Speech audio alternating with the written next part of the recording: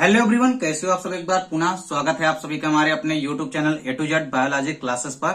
उम्मीद करता हूं दोस्तों आप सभी बेहतर होंगे, मस्त होंगे। आप सभी की पढ़ाई भी अच्छे ढंग से चल रही होगी। आज की इस वीडियो में हम देखेंगे class 12th biology NCERT chapter 2 हमारा चल रहा है दोस्तों। चैप्टर 2 हमारा चल रहा है। इसमें आज की इस वीडियो में हम देखेंगे नर तथा मादा युग्मकोद्भिद में अंतर, मतलब differences between male and female gametophytes.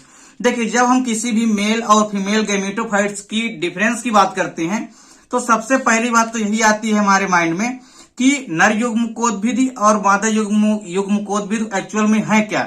देखिए, बेसिकली सबसे पहला डिफरेंस भी यही है कि जो नर युग्मकोद्भिद होते हैं इससे बेसिकली जो है लघु बीजाणु यानी कि नर युग्मक बनते हैं, और मादा युग्मकोद्भिद के अंदर जो है बेसिकली जो है क्या बनते हैं, मादा युग्मक बनते हैं। अब यदि हम बात करते हैं इसमें डिफरेंस की, तो देखिए पहला डिफरेंस क्या है कि जो मेल गैमेटोफाइट्स होता है यह लघु बीजाणु से उत्पन्न या विकसित होते हैं। देखिए, किसी भी पर्टिकुलर यदि हम बात करते हैं मेल गैमेटोफाइट्स की, तो ये इसका विकास कहां से होता है, लघु बीजाणु से होता है। मतलब ये लघु बीजाणु यानी कि माइक्रोस्पोर से विकसित होते हैं, डेवलप होते हैं, और साथ ही साथ पराग कोष के अंदर लघु बीजाणु धानी में बनते हैं। और ये लघु बीजाणु कहां बनते हैं, लघु बीजाणु धानी के अंदर बनते हैं, और इन्हीं लघु बीजाणु से फिर क्या बनते हैं, मेल गैमेटोफाइट्स का डेवलपमेंट होता है। तो आपको सबसे पहली बात तो यही ध्यान में रखना है कि जो लघु बीजाणु होते हैं ये लघु बीजाणु से उत्पन्न होते हैं नर युग्मकोद्भिद, और लघु बीजाणु कहां बनते हैं, तो लघु बीजाणु धानी के अंदर बनते हैं। पहला डिफरेंस इसमें मादा युग्मकोद्भिद साइज क्या है कि मादा युग्मकोद्भिद जो होता है बेसिकली या फीमेल गैमेटोफाइट्स जो होता है ये गुरु बीजाणु धानी या बीजांड के अंदर गुरु बीजाणु से विकसित होते हैं। देखिए, यदि मादा युग्मकोद्भिद की बात करते हैं तो यह गुरु बीजाणु से विकसित होते हैं, और गुरु बीजाणु किसके अंदर होते हैं, तो गुरु बीजाणु धानी के अंदर होते हैं या कि बीजांड के अंदर होते हैं। तो बीजांड या गुरु बीजाणु धानी वही है। तो मतलब जो मादा युग्मकोद्भिद होते हैं इनका निर्माण गुरु बीजाणु से होता है, और ये गुरु बीजाणु कहां बनते हैं, तो गुरु बीजाणु धानी से बनते हैं।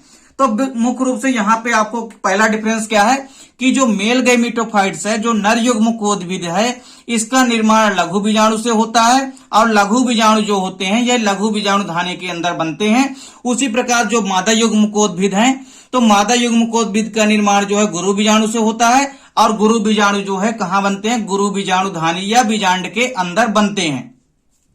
दूसरा डिफरेंस क्या है इनमें कि यह परिपक्व होने के बाद लघु बीजाणु धानी से निकलकर वर्तिकाग्र पर स्थानांतरित हो जाते हैं। देखिए, जो मेल गैमेटोफाइट्स होता है मतलब जो नर युग्मकोद्भिद होता है यह डेवलप होने के बाद परिपक्व होने के पश्चात कहां चला जाता है, लघु बीजाणु धानी से निकल जाता है, और निकलने के बाद वर्तिकाग्र की सतह पर स्थानांतरित हो जाता है परागण की प्रक्रिया के परिणाम स्वरूप। और यदि मादा युग्मकोद्भिद की हम बात करते हैं तो यह गुरु बीजाणु धानी या बीजांड के अंदर बेसिकली गुरु बीजाणु से विकसित होते हैं। पहला तो डिफरेंस यही था। दूसरा क्या है कि यह स्थायी रूप से गुरु बीजाणु धानी के अंदर ही रहता है। मतलब जैसा कि मेल गैमेटोफाइट्स जो होता है यह तो निकल करके कहां चला जाता है, वर्तिकाग्र की सतह पर चला जाता है, लेकिन जो गुरु बीजाणु होता है तो यह गुरु बीजाणु धानी के अंदर ही हमेशा रहता है।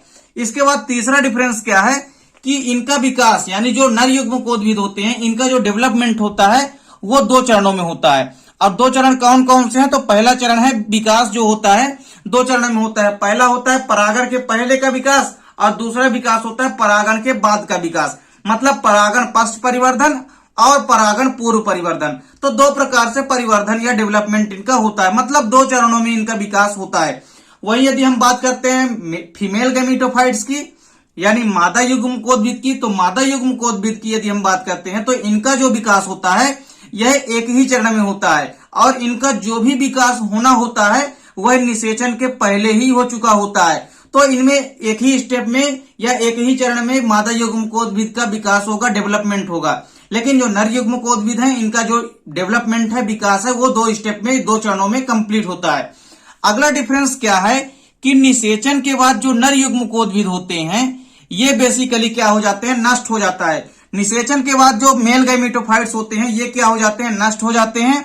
वहीं जो मादा युग्मकोद्भिद होते हैं यह भ्रूण एवं भ्रूणपोष में बदल जाता है।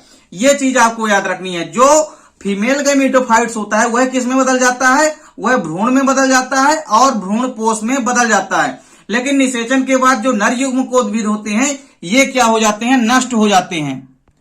देखिए, अगला डिफरेंस क्या है कि जो नर युग्मकोद्भिद होता है यह किसी भी लघु बीजाणु से किसके माध्यम से बाहर आता है, तो यह पराग नलिका के रूप में बाहर आता है। किसके माध्यम से बाहर आता है, पराग नलिका के माध्यम से बाहर आता है।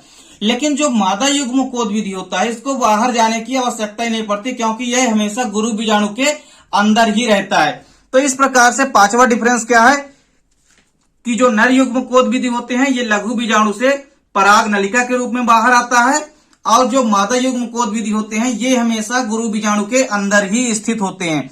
इसके अलावा देखिए एक आखिरी डिफरेंस क्या है कि जो नर युग्मकोद विधि होता है, उससे 3 प्रकार की कोशिकाएं, क्रियाशील कोशिकाएं बनती है, जिसमें से एक कोशिका वर्धी होती है तथा दो जो हैं वो नर युग्मक होती हैं।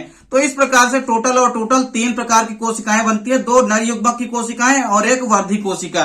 तो कुल मिलाकर के यहाँ पे 3 प्रकार की कोशिकाएं बनती है, किसमें, नर युग्मकोद विधि की क्रिया में। वहीं जो मादा युग्मकोद विधि है, मतलब फीमेल डेवलपमेंट की यदि हम बात करें, तो एक परिपक्व जो मादा युग्मकोद विधि होता है, इसमें 7 कोशिकाएं होती है। कितनी कोशिकाएं होती है, 7 कोशिकाएं होती है और 8 केंद्रक होते हैं। तो उम्मीद करता हूं दोस्तों वीडियो पसंद आई होगी। दोस्तों मिलते हैं नेक्स्ट वीडियो में, तब तक के लिए जय हिंद, वंदे मातरम।